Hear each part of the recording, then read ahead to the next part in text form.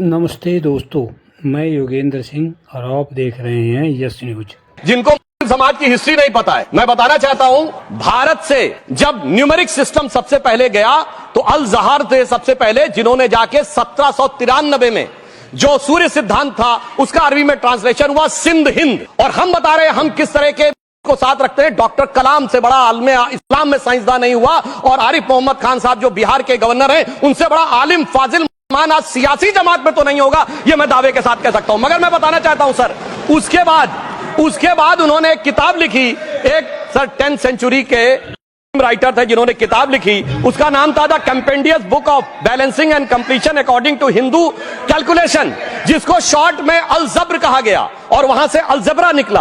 और सर उसके बाद अल ख्वारिज्म आया।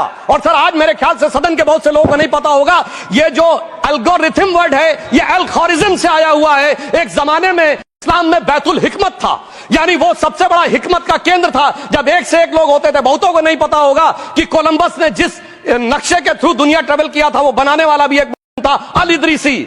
मगर सर एल्गोरिथम आज ऐसा बदला कि एआई के एज में दलगत भावना से ऊपर उठकर औरंगजेब के साथ खड़े हो गए। सर ये एल्गोरिथम किसने बदल दिया, ये मैं बताना चाहता हूं। इस पे थोड़ा सोचने की जरूरत है। इसलिए मैं कहता हूं पॉलिटिक्स की सोच क्या थी, हमने किन मानों का साथ दिया है, मैं बताना चाहता हूं सर।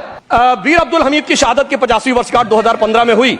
प्रधानमंत्री मोदी जी ने उनके पूरे परिवार को और उनकी पत्नी को बुला के सम्मानित किया, और इन लोगों ने उस यासीन मलिक को, जिसके ऊपर 3 एयरफोर्स के ऑफिसर्स को हत्या करने का आरोप था, वो प्रधानमंत्री आवास में सर साफ दिखाई पड़ता है कौन किसके साथ खड़ा हुआ है, कौन किस तरह के साथ खड़ा हुआ है। और सर मैं ये भी कहना चाहता हूं सर, ये पिछले सर अपने टर्न पे बोलिए सर, पिछले 30-35 सालों से हुआ खड़ा किया जा रहा है। 1990 में जब राम मंदिर आंदोलन हुआ, कहा गया बीजेपी आएगी उत्तर प्रदेश में खा जाएगी। सर बीजेपी आने के बाद उत्तर प्रदेश में जानते क्या हुआ सर, 22 साल से शिया सुन्नी के बीच में जो दंगे चलते थे और मदे साबा का जुलूस नहीं निकलता था, शिया समुदाय का मदे साबा का जुलूस लखनऊ में हमारी सरकार में निकलना शुरू हुआ। और उसके बाद कहा गया केंद्र में भाजपा आएगी तो खा जाएगी। सर अटल जी की सरकार आई, इतनी शानदार स्थिति रही। उसके बाद कहा गया गुजरात में आएगी तो भाजपा खा जाएगी। सर गुजरात का मुसलमान सबसे समृद्ध माने, सबसे ज्यादा जकात वहां से आता है। उसके बाद कहा गया मोदी जी की सरकार आएगी तो क्या होगा। सर मोदी जी की सरकार आने के बाद हमारे साथियों ने बताया है अल्पसंख्यक समुदाय के 70% लोग हैं जिनको किसी न किसी एक योजना का लाभ जरूर मिला है। और सर फिर कहा गया सीए आएगा तो नागरिकता छिन जाएगी। सर उसके बाद भी आपने सब देखा, और सर हम बचपन में सुनते थे कि राम मंदिर बनने लगेगा तो मिडिल ईस्ट के देश पेट्रोल देना बंद कर देंगे। सर राम मंदिर भी बन रहा है, और भारत मिडिल ईस्ट कॉरिडोर भी बन रहा है, और अबू धाबी में भी मंदिर बन रहा है,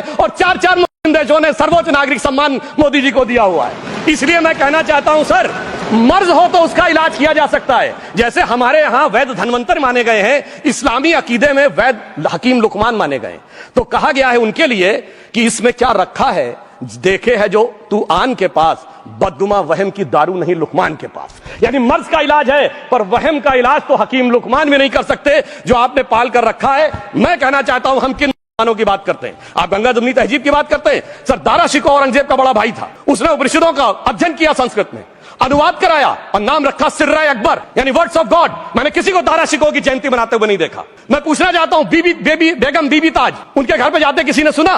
सर ये बताइए आलम शेख, इतने बड़े कृष्ण भक्त के कवि, किसी ने सुना उनके घर पे जाते हुए। मलिक मोहम्मद जायसी जिन्होंने पद्मावत लिखा, उत्तर प्रदेश के रहने वाले, उनके घर पे कोई गया? ये बताइए ब्रिगेडियर मोहम्मद उस्मान के घर पे कौन गया? आजमगढ़ में, गाजीपुर के रहने वाले थे, आज तक जाने वालों में नहीं दिखे। और मैं सर बताना चाहता हूं एक और बात, सर एक सैयद इब्राहिम रसखान हुए हैं, बहुत बड़े कृष्ण भक्त के कवि। सर जिन्होंने क्या लिखा, उन्होंने कहा मेरा अगला जन्म हो तो भी मैं कृष्ण भक्ति बनना चाहूंगा, मनुष्य बनूं तो ग्वाल बाले के रूप में, और पशु बनूं तो गाय के रूप में। उन्होंने कहा मानुष हो तो वही रसखान, बसों ब्रज गोकुल गांव के ग्वारन, जो पशु हो तो कहा बस मेरो चरो नित नंद की धेनु मजारन। सर उन्होंने कहा गायों के बीच में नंद बाबा की गायों में जन्म लेना चाहूंगा।